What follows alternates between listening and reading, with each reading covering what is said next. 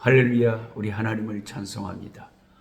하나님을 사랑하는 사람들과 함께 유튜브를 통해서 매일 하루에 성경 3장을 기준으로 말씀을 읽어서 1년에 성경 전체를 일독하는 성경 통독 프로그램인 꿀송이 보약 큐티를 오늘도 시작하겠습니다. 2023년 6월 6일 한국 시간입니다. 화요일에 시간이 되었습니다. 오늘 읽을 말씀의 본문은 시편 55편에서 58편까지의 말씀입니다. 특별히 시편 56편에 나와 있는 다윗의 그 눈물 어린 그 애절한 그 기도를 오늘 한번 제가 잠깐 나누고 여러분이 말씀을 오늘 주어진 말씀을 쭉 읽으시면 좋을 것 같습니다. 다윗이 8번째 막내 아들로 태어났죠. 만약 다윗의 부모가 가족 계획을 세웠더라면 다윗은 세상에 태어나 보지도 못했을 것입니다. 막내로 태어나서 베들레헴 그 들판에서 참 무명의 목동이로서 양을 치던 그 다윗이 우연히 블레셋과의 싸움터에 형님들 도시락 배달하러 갔다가 블레셋 장수 골리앗이 자기가 섬기는 하나님을 모독하는 그런 기가 막힌 장면을 목격하고 자신이 나가서 싸우겠다고 자원해가지고 물맷돌로 골리앗을 쓰러뜨린 기적이 일어난 것이죠. 그래서 일약 이스라엘의 영웅으로 다윗은 등장을 하게 됐습니다.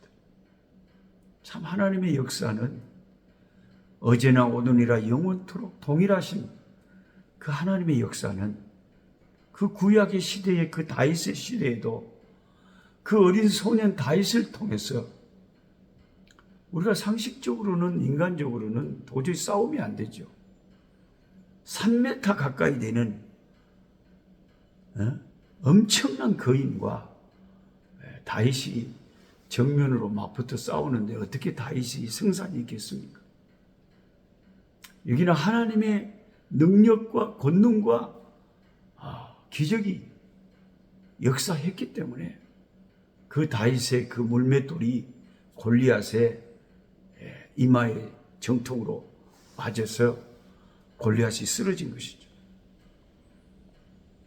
저는 호주 아들레이드 장로교회에서 주일날 성령 세례라고 하는 주제로 말씀을 나눴습니다. 우리 예수 믿는 우리들은 물세례는 내가 다니던 교회 목사님께 받았다면 성령 세례는 예수님을 나의 구주로 영접하고 내 죄를 회개하고 주님을 나의 구주로 영접했을 때 예수님께서 우리에게 성령으로 세례를 주셨죠. 그래서 이 아들의 영이 우리 가운데 임하시니까 우리가 양자의 영을 받게 됐어. 하늘에 계신 하나님을 아버지라 부르고 구원의 도장인 성령이 우리 가운데 임하심으로 우리가 성령의 인도하신 가운데서 성령의 충만함을 누리고 성령이 우리에게 생기를 주고 때를 따라 도우시는 큰 역사들을 우리가 맛보게 되는 것이죠. 저는 여기 와서 잠깐 한 주간 지내고 돌아가지만 그 성령께서 참 신비한 역사들을 어디를 가든지 많이 펼치시는 것을 보게 되면서 살아계셔서 우리를 사용하시는 성령님, 우리 가운데 역사하시는 성령의 역사 앞에 참 날마다 놀라게 됩니다. 다윗이 물맷돌을 던졌는데 골리앗이 쓰러졌다. 그래서 하나님의 능력 아닙니까? 오늘날로 말하면 성령의 역사가 아닙니까? 그래서 이제 다윗의 인기가 하늘을 찌를 듯이 올라가고, 다윗이 이제 사울 왕보다 더 백성들에게 칭송을 받고 인기가 높아가니까 사탄이 사울 왕의 그 마음속을 틈을 타가지고 시기와 질투와 미움과 이런 것들이 사울 왕을 사로잡았습니다. 성령이 우리 가운데 충만하게 역사하시면 우리가 기쁨과 감사와 희락과 남을 사랑하는 그 긍휼과 사랑의 마음이 넘쳐나지만, 귀신이, 마귀가 우리 속에서 역사하면 살인, 미움, 열등감, 그냥 자존심 상하는 것, 자기중심적인 그런 세계에서 벗어나오지 못하는 그 이기심에 사로잡히게 되는 것이죠. 그래서 사울은 악령이 그 속에서 역사하니까 그냥 그 살인이 죽이고자 하는, 너무나 질투심에 견디지 못하는, 다윗을 자기 눈앞에서 제거해 버리지 않으면 도저히 마음 편히 잠잘 수 없는 그런 못난 사람이, 못난 참 좁은 그릇이 간장종지 같은 그릇으로 변해버리고 말았습니다. 하나님이 쓰시는 그 귀한 종을 자기 사위 아닙니까? 자기 신하 아닙니까? 또 자기보다 더 인기가 있다면 그걸 자기 복인 줄 알고 저렇게 좋은 신하를 내게 주신 하나님께 감사해야 이게 성령에 마땅한 열매일 건데, 사울은 성령의 충만함을 받지 못하고 그 속에 마귀가 역사하니까 미움과 질투와 살인의 마음이 가득 찼다. 그래서 다윗을 자꾸 죽이려고 그냥 눈에 불을 켜고 군사들을 동원해서 사울을 그냥 쥐잡듯이 잡으러 다니니까 사울이 견디다 못해서 남의 나라로 망명을 해버렸잖아요. 블레셋에 도망을 갔는데 거기에서도 그냥 편치 못하고 전전긍긍하고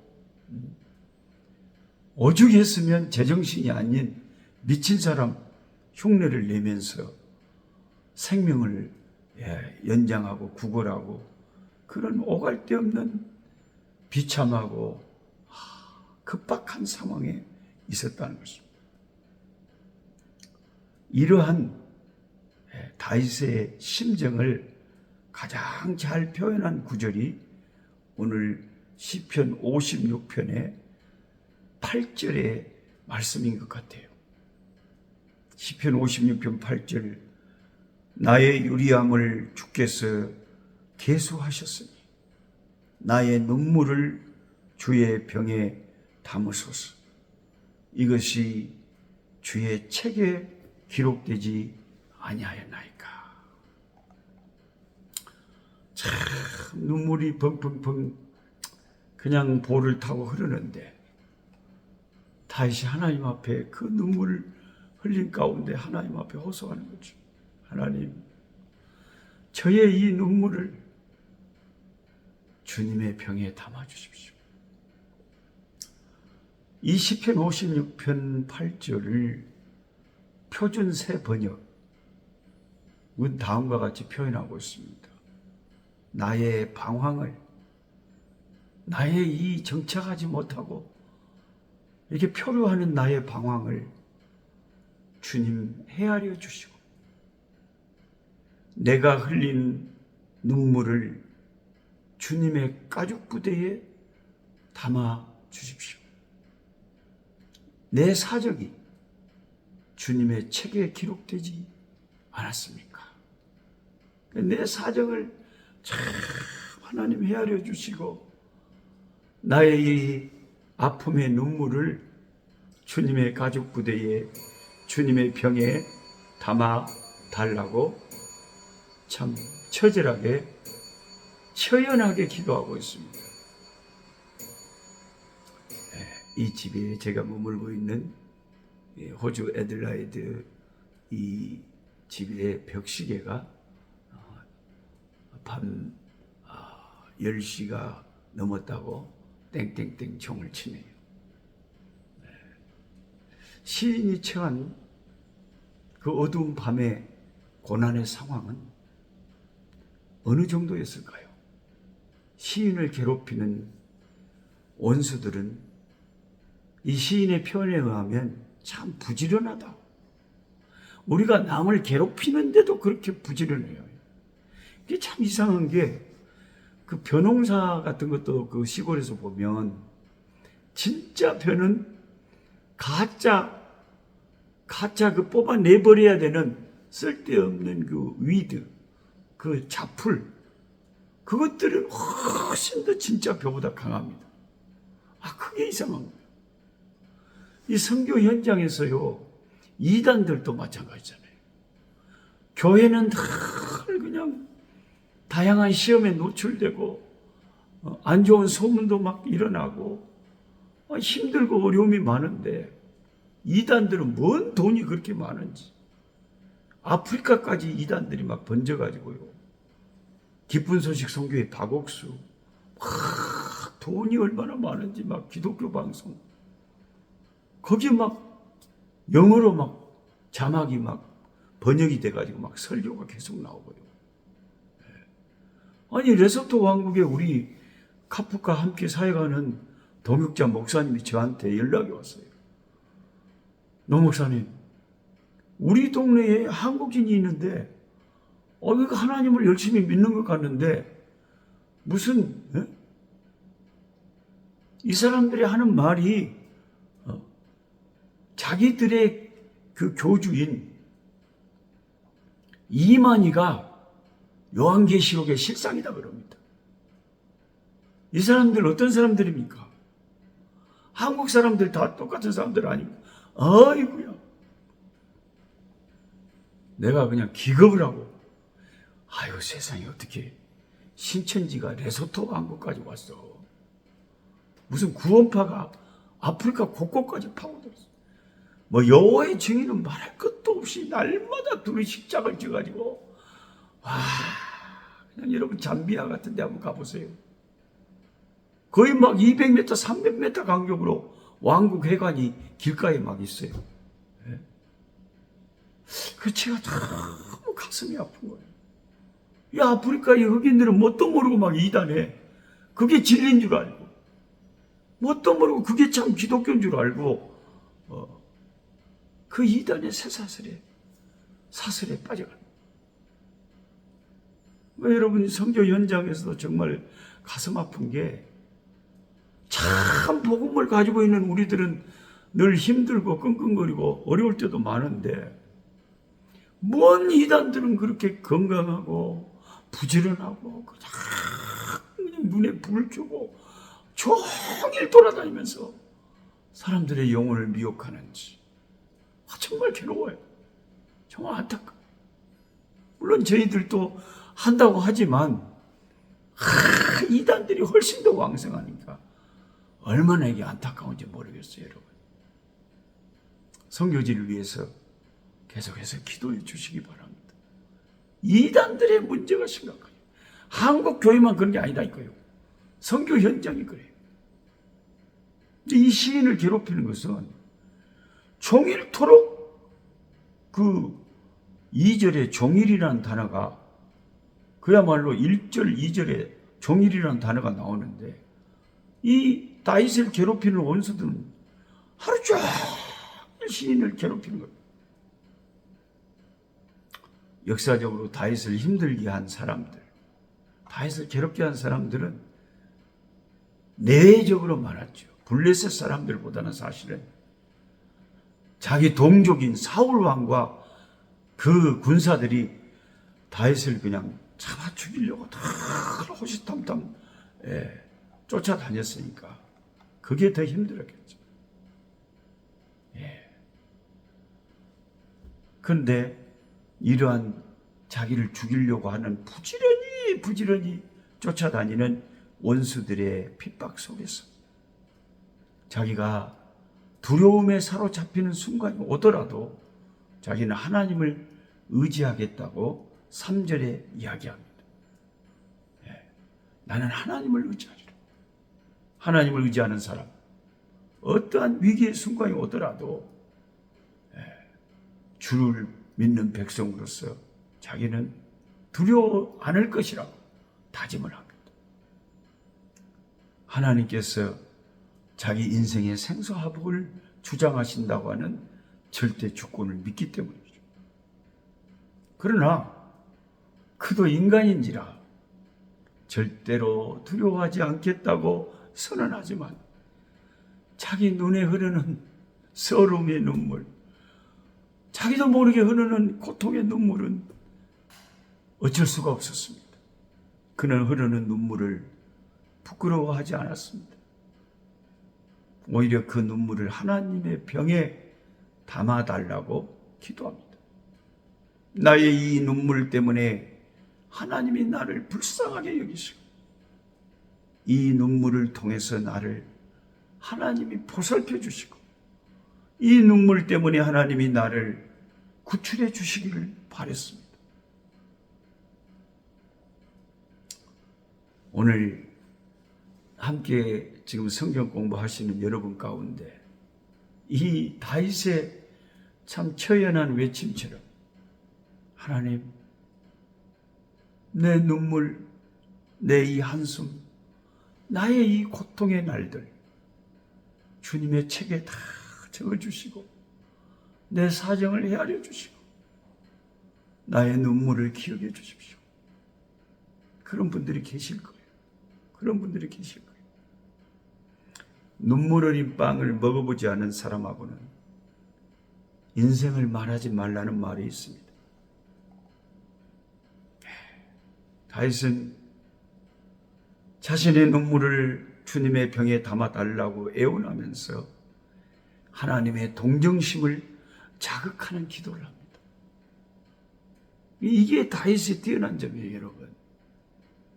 되게 기도 응답을 잘 받는 분들은 기도를 하는데 똑같은 기도를 하는데 희한하게 하나님의 마음을 자극하라. 하나님 마음을 움직이는 기도를 합니다. 예를 들면 히스기야 왕 같은 분의 기도를 한번 봐보세요. 성경에. 하나님 앞에 뭐 어떻게 기도합니까? 벽을 향해서. 아니 그냥 기도하면 될 건데 히스기야는 너무 절박하니까 자기에게 죽을 병이 있다 보니까 살고 싶어서 하나님 앞에 벽을 딱 향하고 아무 세상을 보지 않는 거예요. 이게 뭐 불교에서 스님들이 뭐 벽을 보고 무슨 면벽 수행을 한다고 하는데 우리는 그런 거 잘 모릅니다만은 이 히스기야 왕이 벽을 보고 하나님 앞에 통곡을 하면서 기도를 하는데 뭐라 그런지 아세요? 그 히스기야가 하나님께 뭐라고 한지 아세요? 하나님, 제가 죽을 병에 걸렸는데 하나님, 제가 하나님 앞에 잘한 것도 있잖아요. 제가 우상 다 파괴하고 종교 개혁시키고 하나님 앞에 성전 정화하고 잘하려고 애쓰던 것도 있잖아요. 하나님 그것 좀 기억해 주시고 저장 고쳐주시면 안 될까요? 그렇게 기도합니다. 모든 세상 것을 뒤로하고 벽을 쳐다보면서 통곡하면서 하나님 내가 잘한 것도 있잖아요. 그렇게 매달리는데 제가 생각할 때는 그렇게 눈물 흘리면서 기도하면 하나님 마음이 그래, 그렇지, 내가 다 알고 있어, 그래 알았어. 하나님 마음이 움직이실 것 같아요. 다윗도 이렇게 기도하고 히스기야도 그렇게 기도합니다. 하나님은 다윗의 눈물의 간구를 들으셨고 마침내 그를 광활한 곳에 세우셨다. 넓은 곳에 승리자로 우뚝 세우셨다고 간증합니다. 여러분, 지금 현실의 고통 속에서 눈물을 흘리는 모든 함께 성경 공부하는 이들이 계신다면 이 다윗의 시편이 여러분의 마음의 위로가 되고 힘이 되시기를 축복합니다. 하나님 아버지, 오늘 또 하나님의 사람, 하나님 마음이 꼭 들어했던 내가 이새의 아들 다윗을 보니 내 마음에 합한 사람이라, 내가 저를 통해서 나의 뜻을 이루리라고 했던 하나님의 마음에 쏙 들었던 그 아름다운 사람의 그 고통 속에서 하나님께 기도하는, 주를 의지하는 모습을 봅니다.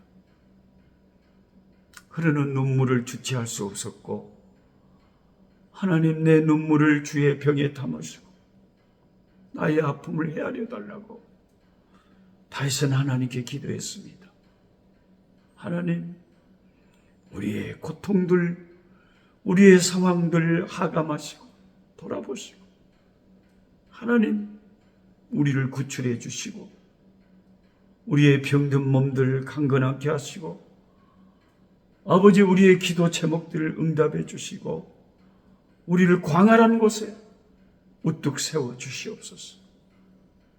주 예수 그리스도 이름으로 기도드리옵나이다. 아멘.